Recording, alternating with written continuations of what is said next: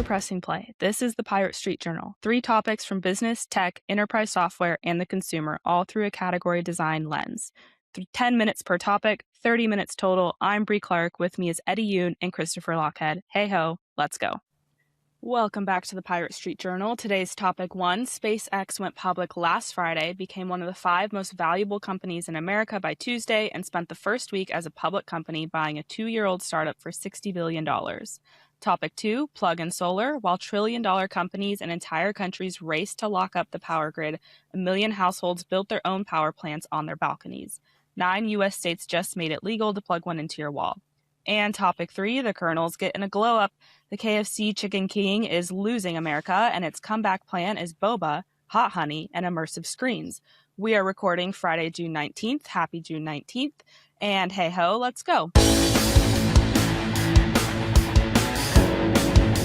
Topic 1, Cursor. Last Friday, SpaceX went public in the biggest tech IPO of the year. Shares popped 19% on day 1, another 20% on Monday, and by Tuesday, the company was worth around $2.5 trillion. That pushed it past Amazon into the 5 most valuable companies in America. Then, 2 days later, it went shopping with that brand new currency. SpaceX agreed to buy Cursor, the AI coding startup, for $60 billion in stock. Cursor was valued around $29 billion back in November, so SpaceX paid roughly double in a matter of months. Cursor was built by 4 MIT students in 2022. The CEO, Michael Truell, is 25 and started coding at 11. The company already does billions in annual revenue and competes head-to-head with Anthropic's Claude Code and OpenAI's Codex. Now, think about the 6-layer stack we published in last week's deep dive. Power, hardware, infrastructure, operating system, devices, applications. SpaceX already owns the bottom of that board, the Colossus supercomputer, the compute it rents to Anthropic and Google, a pending request to fly 1 million solar-powered data centers in orbit. Cursor is the first time SpaceX has bought its way into the very top of the stack with applications. So they're doing a lot. Christopher, if 60 billion isn't the story here, what is? Thank you for that, Bree, and hope everybody had a wonderful Juneteenth. Here's what's going on here that is often missed. You hear things like, 60 billion, that sounds crazy. There's only 20 people that work there, which is an important subpoint, by the way. A $60 billion value company with, if I'm not mistaken, Bree, maybe you can double check for me. I think they have roughly 20 people. Okay, so blah, blah, blah. We think none of that conversation is particularly relevant. And here's why. There's 2 kinds of acquisitions. One type of acquisition is typically done in a shrinking or declining or at least mature category that is primarily what you could think of as a consolidation play. One company in a mature category buys another. They do a massive cost takeout. You don't need 2 HR departments, legal departments, et cetera, and they consolidate for cost savings and market share consolidation in a market that is flat or declining. That's a consolidation play. That's what most people think of when they think about acquisitions. That's not what happened here. This is a second kind of acquisition, which is called an acceleration play. And so what Musk bought was sure the technology, sure the 20 people, sure the customers, and there's real revenue at Cursor. It's incredible what they've done. But what they really bought was a new category. Michael, the founder of Cursor, said, we are building a new type of software. He said it, and nobody heard it. He made it very clear. They built a new category of software for building AI software with AI. That's what they did. It's a new programming category, software programming category. He's explicit about it. He designed that market category. He saw the opportunity. He built it. He saw the missing. He built it. And now he's created a $60 billion company. And so what Musk is buying is the category king position in a new emerging hot category designed by Michael and Co. at Cursor. And that's what they're buying. They're buying a position in a future different. And sometimes that works. Sometimes it doesn't. Being just knocked over my coffee. That was awesome. Thank you, buddy. But often this is how the future gets created. This is what Microsoft did when they bought their first version of DOS, which ultimately became the operating system for the PC. When Google bought YouTube, everyone said, "Why are you buying a company with no people and no revenue and people morons sharing videos?" Well, YouTube became the number 2 search engine on planet Earth. Facebook with Instagram. There's many others where one category king buys another in an adjacent category to expand the category potential and to be able to own that position in a rapidly growing market. And Cursor's category is one of the fastest growing ever. The one other thing I say about this that's interesting that a lot of people missed, we talked on a prior episode about frenemies coming together, Anthropic doing a deal with Musk on Colossus to get access to the compute. Well, Musk just bought one of Anthropic's biggest competitors. And so the game board continues, Eduardo. Well, I think to your point, never underestimate Musk. I mean, he's on the one hand, people look at the valuation of SpaceX, look at the valuation of Tesla, and they're like, none of this makes any sense. And yet what he's showing is that he's the greatest poker player to have ever lived, as well as being a great entrepreneur and visionary. Because to your point, like, he is buying Cursor for $60 billion with stock that is worth 2-3, more than it was just a few days ago, which is worth more than it was a few months ago. And so, to your point, he is the greatest investment in that investors are making on from a potential perspective. There's a Musk multiple that can't be denied, and he is not afraid to wield it. And to your point, and think about this. What would virtually every other founder, CEO of a company that just went public be doing after it went public?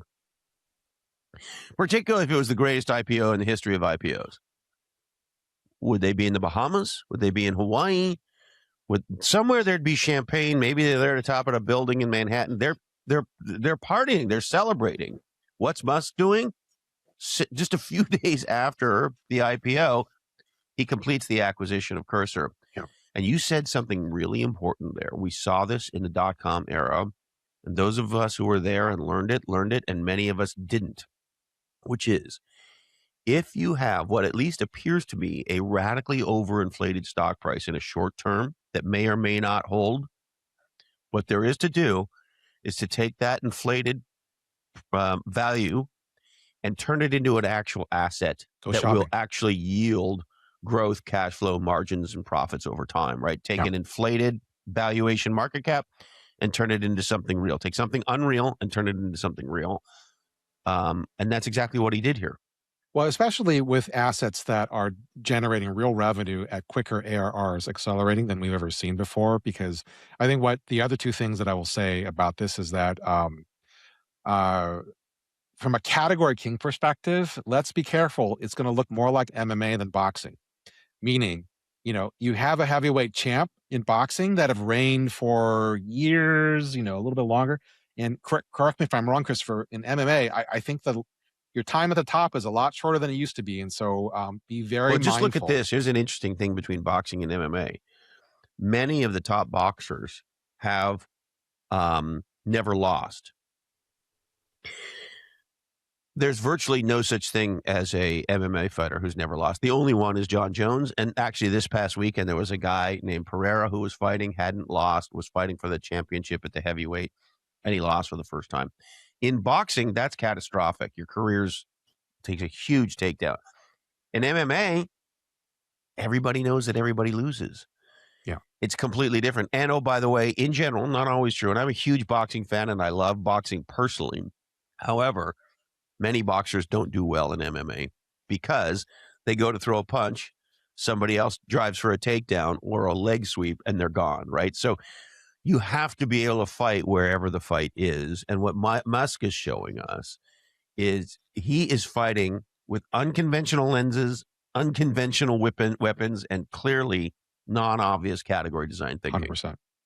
Well, and I'll add to that. So what a time to be young. What a time to be alive. What a time to be young. Because, Michael Truell, as you said, he's, I think I read that his stake is roughly 5%. So 5% of 60 billion is 3 billion. So he is worth twice as much for something that he built in 4 years than Gwen Shotwell, the president and COO of SpaceX, has built over the last decade plus, because she's worth about $1.3 billion or give or take with it, right? And so, not that anyone should be complaining. They're both billionaires. They're both excited. They're both building and doing legendary things. But to be 25 and accomplish that in this short period of time, I think it's just a great time to be a young person. Well, and I will also say it's a great time to be an older person. I'll share a quick story. Buddy of mine I've known for several years, incredibly successful executive entrepreneur, called me, and he's 68 now. And he had sold his company. He'd done his earn out, and he was out. And he says, I'm calling, a bunch of my friends to get some advice on what I should do next with my life. And he says, where I live, he lives in the Midwest. He says, where I live, everybody tells me I should retire and play golf and do all this stuff. And I don't know. I'm having a hesitation about this. So the TLDR on the conversation was, I told him what Bill Walton taught me. He called retirement the R word. He said, never retire. So we talked about that and how the big retirement lies we've written about. And I actually sent him that to read. And then here's the other thing I said to him, Eddie. We'll just call him Jimmy.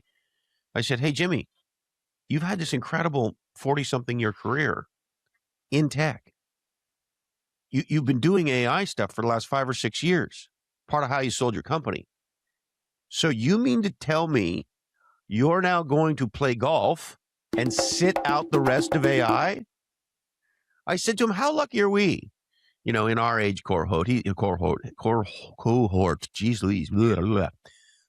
He's a little older than I am, but the reality is the way I feel, and I shared this with him, and we talked about it, is how lucky are we to have been part of the ride, part of creating the early days of the PC, the early days of the internet, the early days of the cloud, mobile and social, and now to be here for AI with all that experience, and yet the fresh, exciting possibility of the future. So bottom line is, whether you're 25, 45, 55, or 85, I think this is a very exciting time to be alive. Yeah. Well, I'll say not the last acquisition by SpaceX. Let's leave it there. So. Quick break, pirates. Everything Pirate Eddie just said about the consumer, he's been saying things like that for 20 years across Harvard Business Review and now Category Pirates. Everything Pirate Christopher just said about category design, he literally wrote the book on it. 3-time public company CMO, co-author of Play Bigger. Now imagine both brains on demand for your business, your career, your next decision. That's the Pirate Eddie bot and the Pirate Christopher bot, trained on every Category Pirates mini book ever written, every super consumer framework, every creator capitalist take, and every category design playbook. You ask, they answer, in their voice with their lens. They come with the founding tier on Substack, alongside the full mini book library, the audiobook library, digital copies of all 7 of our big books in every Scooby snack we drop. You can find it at categorypirates.news/subscribe. Now let's get back into the next topic.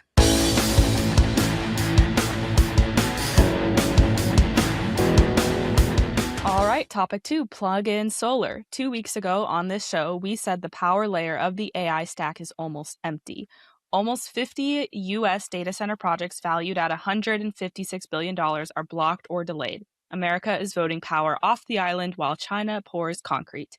Meanwhile, in Germany, more than 1 million households have installed something called plug-in solar. Panels you hang on a balcony and plug straight into a wall outlet and set up in under an hour. Each one is capped around 800 watts, which sounds tiny until you stack 1 million of them and get a full-size power plant. And it just crossed the Atlantic. Utah and Maryland legalized it this spring. 7 more states just passed laws, 20 plus are working on it. A starter kit runs about $500, and in California and Hawaii, where power hits 30 to 40 cents a kilowatt an hour, it pays for itself in 3 years or less. Rooftop solar stayed a luxury because of its permits and costs, but if you strip those away and a brand new category shows up, distributed consumer-owned power sold at Costco prices. So Eddie, is this a category forming or a green hobby? I will tell you, there are categories and then there are categories. And what I mean by categories that are with a capital C, it's not just that you buy them and you like them and you enjoy them. There's a certain kind of category where you buy them and it just fills you to every part of your body with this deep-seated joy and gratitude. And that's what I feel like when I look at my Tesla Powerwall app and I see Funny, that's what I feel like when I look at my watches.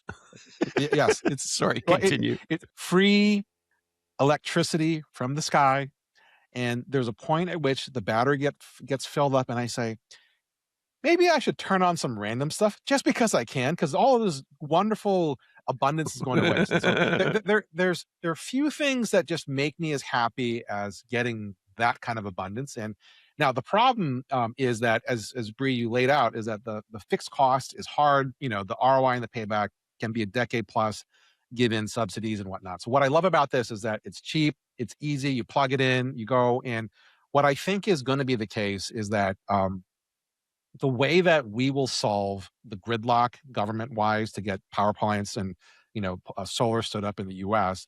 is going to have to come back to the American consumer again, and that the consumer will need to pull the heavy lifting of what can you do at your home, kind of harken back, ask not what your government can do for you, but what you can do for your government.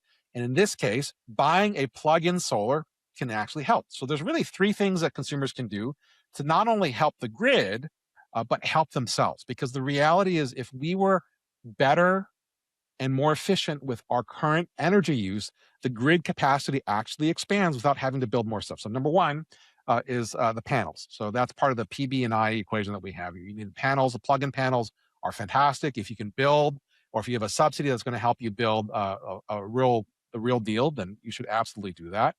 The second doesn't actually require panels, it's batteries. And whether it's a Tesla Powerwall or a Generac one, doesn't really matter.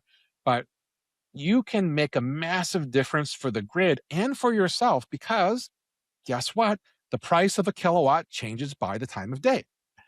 It can be lower at off-peak hours. It's high when it's really hot, or when everybody's home and they're all running the heater or the AC or whatever else it is. And so the simple fact of having a battery that draws power and stores it when it's cheap and deploys it when it's expensive is a massive blessing, because so much of the grid is designed to deal with the hyper peak hours, and that's where the incremental cost really gets in to play here. So number one, panels. Number two, batteries.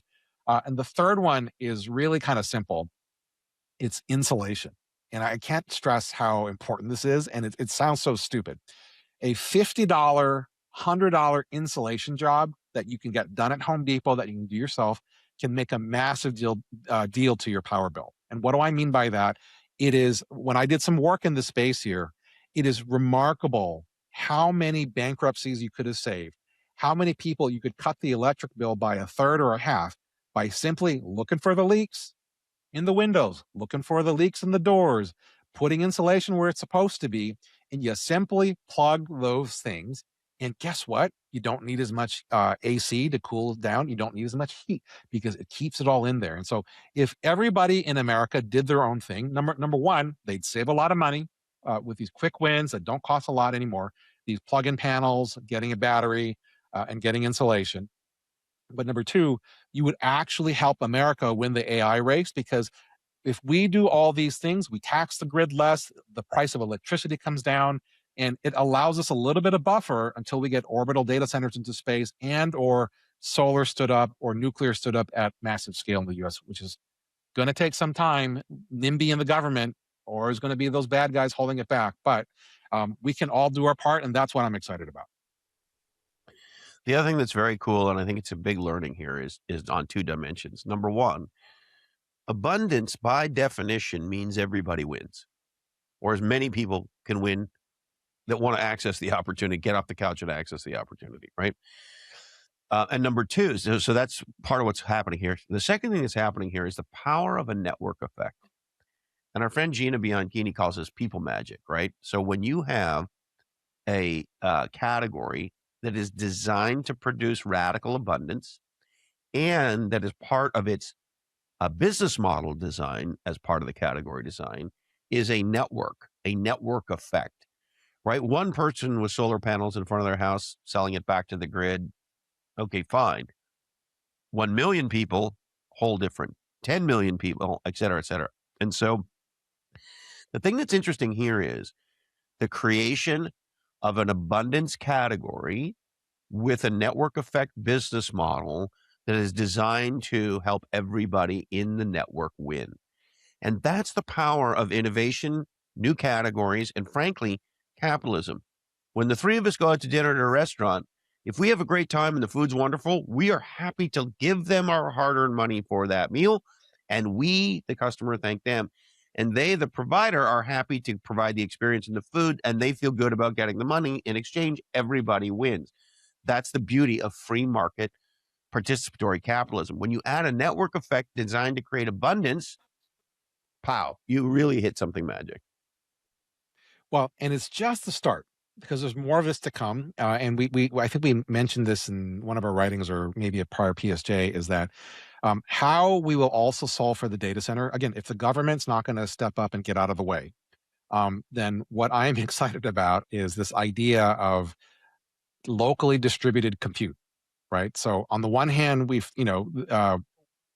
you have a more recent Tesla with an AI4 chip, there's been talk about, hey, when you're not driving the car, the chip inside the car is powerful enough to be distributed compute that you could rent back to the system and make money while you're not doing anything. The AI5 chip that's coming out will certainly be that case. So hopefully when Apple gets into the game and you have distributed, compute in your iPhone, we have chips that are powerful enough to actually make a difference back. And again, this is all science fiction-y territory, but it's coming to reality now, is that we might all be in possession of chips that when we use them, they make our lives better because we'll have LLMs, that are local on our devices, but also devices that can work for the entirety of the system when we're not using it. That's called abundance and taking advantage of waste. But the second one is that it's entirely possible that the next place to put GPUs is not just in space, but in your backyard. In the same way that, we planted a couple of pear trees and apple trees in our backyard because it's fun to have. I mean, Christopher, you know this, like, it's wonderful when there's a tree that produces fruit that you didn't have to do a lot for, and that abundance just comes out. I'm It's not an sure amazing about the feeling. you didn't have to do a lot for Well, part, but for continue, me, please. that's kind of the way that I do it. It's not nearly the way that your farm does it in life. But I will say there's, like, here at the house, we have a couple of fig trees. And, I grew up in an apartment. I don't know, a tiny apartment, right? I don't know. I didn't know that figs were a real thing. I thought there was something inside a thick cookie called a fig Newton. I didn't know a fig was a thing, like an actual. Anyway, so we have this amazing fig tree. It's incredibly prolific. And I'll tell you, Eddie, when the figs are in season, you wake up in the morning, you put on a pot of coffee, you put in a piece of sourdough toast, you go outside, you pick that fig off your own tree that you grew, you come back inside, you put that peanut butter on that toast, and then you smush that fig into that toast and you eat it with the coffee. Wow.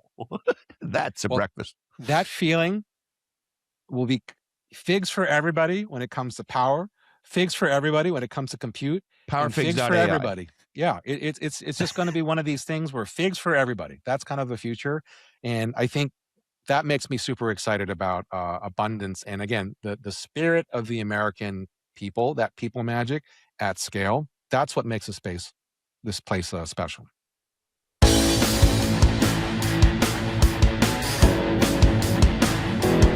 All right, topic 3, KFC's glow up. KFC is 74 years old, 34,000 restaurants, 151 countries, and it just announced the biggest brand overhaul in its history. New sauces, hot honey habanero, chimichurri ranch, and a whole new drinks line called Quench. Boba and shakes and sparkling lemonade. Restaurants redesigned to feel like an Apple store crossed with a Las Vegas sphere. New logo, new packaging, even the loyalty program is getting a facelift. But here's the catch, KFC is growing almost everywhere on Earth except the country that invented it. And that same week, its parent company, Yum, sold off Pizza Hut for $2.7 billion to bet even harder on chicken. So, look at the American scoreboard. KFC has the most locations of any chicken chain in the country, more than 3,600 stores, which is more than Chick-fil-A. And it pulls in under $2 million a year per store. Chick-fil-A does about $7.5 million. That's roughly 4 times the revenue per restaurant. And Chick-fil-A is closed on Sundays. Same category, 1 fewer day a week, 4 times the money per box. KFC's problem was never how many stores it has, it's what's happening inside each one. And the big swing to fix it is boba-and-screens. So, Eddie, why does Chick-fil-A make 4 times what KFC does per store with 1 fewer day a week? Yeah, so I would say let me come back to Chick-fil-A. What KFC is doing would normally work in the normal playbook, in the sense that the three things that matter for quick serve restaurants, it's beverages, speed of service, and the drive-through. Those are the things that typically drive success for the average QSR out there. So, boba and some of the drinks, beverages, you make so much higher margin on the beverages and the food because they're delivered in syrup and they're, easy to dispense. And so that part makes sense. Some of the things that they're doing beverage wise sound like labor. That does not sound good to me. And so if the boba is packaged, that might work. But, beverages and emphasis there is good. Expanding the menu is complicated because it tends to slow down speed of service because you want that food. They're not there to eat a Michelin star restaurant. They're there because it's quick. That's the whole premise of the category. So you do anything that slows it down, that's no bueno.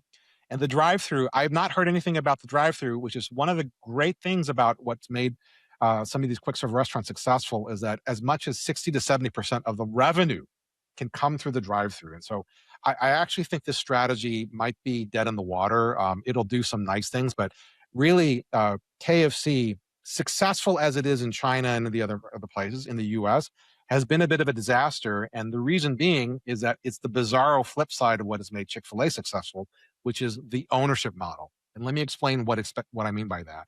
Is that KFC is owned by Yum Brands, which used to own Pizza Hut, which used to own Taco Bell. And probably the greatest thing that Yum Brands has done in most recent years is spin off Pizza Hut, because I'm not sure if people know, you pick pizza or tacos or chicken. You don't tend to go to one place for one thing. And that many of their shared locations where they would have a Taco Bell and KFC co-located made no sense. You're confusing the consumer, you're confusing the category, right? And number two is that Yum Brands owned by Pepsi at the one time, right? And so the ownership structure meant that nobody really was running it. Nobody had a clear vision and a category design for it. Now, in contrast, you have that with Chick-fil-A, private company, number one. So they have clear ownership lines and a guide there. Number two is that it's the anti-franchise model. They do not franchise their locations. And in fact, they do two other weird things. So number one, they don't franchise, which most of the other quick serve restaurants do. Number two is that it is a $10,000 Same for In-N-Out Burger, same for Starbucks, interestingly. Keep going. Absolutely. Yep. Quality control really matters in that case. So they only charge you $10,000 to do the franchise versus hundreds of thousands of dollars. So now you might ask yourself, why is that the case, right? Is that it is incredibly difficult to be selected to run a Chick-fil-A. The standards are incredibly high. They are not looking for mercenaries. They are looking for missionaries. I've heard it's harder to become a Catholic priest. Is that true, Eddie? It could very well be. I mean, it might be harder than getting into Harvard for all I know, right? Might be harder than playing in the NBA. I don't know. It says that acceptance rate is less than 1%. So it sounds like it's incredibly difficult. And when you look at what Chick-fil-A has done, they've done three things in addition to, the usual playbook. Number one, their drive-through game is off the chain. They'll often have two drive-through lanes, which makes a massive difference. Same as In-N-Out Burger, the drive-through lane. They will take your order in advance. They're integrating mobile app with the drive-through, so that all stuff is the first time I saw this, I couldn't believe it. Here's a drive-through lane. There's a zillion cars in it. The restaurant is only 2/3 full. So you could go in and out. I got to go in and out of In-N-Out. I don't go in the drive-through lane because it's way faster to go in and out of In-N-Out. Anyway, the other thing they have is they'll have 2 or 3 kids standing there with iPads taking the orders. They don't even wait to get to the big thing. None of that. They have the kids with the iPads taking the advanced orders. It's like they're giving away money. Speed of service. That's the whole thing, right? You get the information faster, you can make the food faster, and you don't have to wait as well. And so, and then the other two things that they've done really nicely. And I found out the number of people who view the fact that they don't have to get out of the car as a giant benefit is huge. Particularly, of course, if you have children. Yeah. It's the one thing, Kristen would do when we had the minivan and 3 kids. They were just waiting in the line. I have dreams about your blue minivan. We'll see it soon. So the other two things that Chick-fil-A has done that KFC is not doing is in intentionally, the niche down menu. They're expanding the menu. Chick-fil-A, In-N-Out, very, very tight menu, which increases speed of service, increases speed of ordering because all of that stuff really matters. And then The last bit that I'll say of what In-N-Out has done very, very nicely is super geos. They're very, very selective, not only in their franchises, but where they put their locations, and that they are deliberately slow, and they do a nice job of velvet roping everything, right? You can't get there on Sundays. You have a Chick-fil-A craving? Sorry, man, they're closed. You want one near you? Well, wait a little longer because they're going to take their time and really do the math and not just kind of land grab out there. And so, Bree, what you were saying about KFC, of it having the most locations, if they really wanted to do what they would do is they would prune locations back to super geos, go back to the basics, differentiate their menu. And then, but it's not the menu, it's the whole category design. The magic triangle needs to be refreshed and they're not quite doing it. And you had mentioned that you might have some personal experience working there. Is that any of what I'm describing resonate with you from the inside? Oh, I'm so glad I'm not working there now because I would not want to deal with that menu. Holy moly, it's getting big. It was big before. All these specials, 10 different specials you got to choose between. I had to make recommendations to people because they couldn't even figure out what they wanted. So, How long did you work for the Colonel? almost 2 years. And were you front colonelling, or what were you doing? Were you doing what young people do when they work for the Colonel, or tell us? What do young people do when they work for the Colonel? I was in the front half for probably the first 3 to 6 months, if I remember right, and then I was drive-through from there on out. Is And is so, is drive-through at KFC a fun job? Depends on who you're working with. I saw a lot of people shuffling through there, so, it depends on who you're working with. And what do you think is the impact of a complex menu versus, a menu like Chick-fil-A or In-N-Out Burger that has essentially a few items and that's it? I think quality control is going to be incredibly difficult because you kinda look at the quality of employee from a Chick-fil-A person to a KFC person, not to bash on anybody or myself, but you look at the quality of people who are attracted to these companies, and the more complex a menu, the harder it's gonna be to quality control it. Also, one of my favorite things to do since I travel a lot is go to KFCs in other countries. I don't go to KFC in America anymore. I refuse to eat it in America. But if I go to another country, that's some pretty dang good chicken over in other countries, and it's popular. It's popular, popular, popular. yeah. So there's an interesting thing here of like, why double down on America when I was in Ecuador, it was the number one fast food restaurant to go to. Why Double does it down taste there. better in Ecuador than it does in America? It has to be the oils they're using, and I'm sure it's a lot of ingredient manufacturing, but yeah, I'll go to KFC in other countries, won't go to it in America. Well, and what you just hinted at, Brie, is actually their secret weapon because, I could be wrong. I don't think that Chick-fil-A has anywhere, for sure, they don't have the global footprint that KFC does. But guess what is universal no matter where you go in the world? Fried food. Every place in the world has some version of fried meat and often fried chicken, right? And so, one of the great things, if you have been to Korea recently, is that Korean fried chicken, a different KFC, is taken Korea by storm, taken China by storm, taken the US by storm.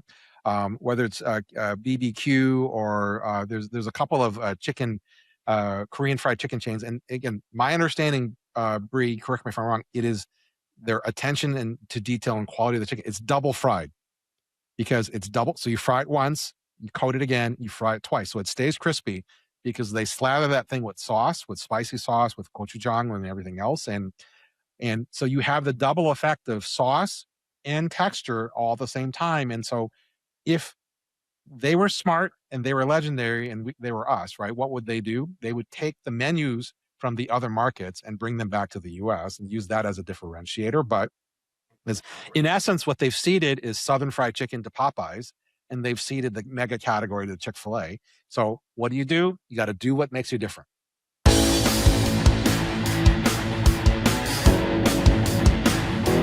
Now, about this chicken thing overall, here's an interesting assessment or insight, non-obvious.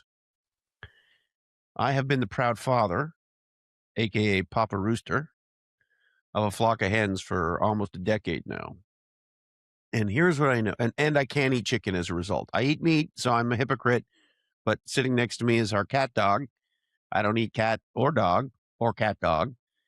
And so my wife, Carrie, and I, we had to stop eating chicken shortly after we got them because they're awesome. And here's the thing to know about chickens. First of all, they're not chickens. They're actually dinosaurs. They are direct descendants of T-Rexes. Look that shit up. I'm telling you, the dinosaurs did not go away. They just live in the garden now. And they're much smaller.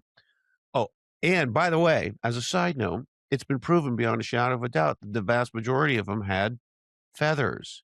And yet the Jurassic Park people think they look too much like toys with feathers, so they keep them looking nasty. They had feathers. Anyways, I digress. Here's the big insight. You ready? Chickens are such legendary pets. They're so fun, they're funny, and they're so personality rich that when I'm done training them to be housebroken, they will no longer be food. And this will prove once and for all that this is why category design matters, Bree. The difference between pets and food, names. We'll see you next week, pirates.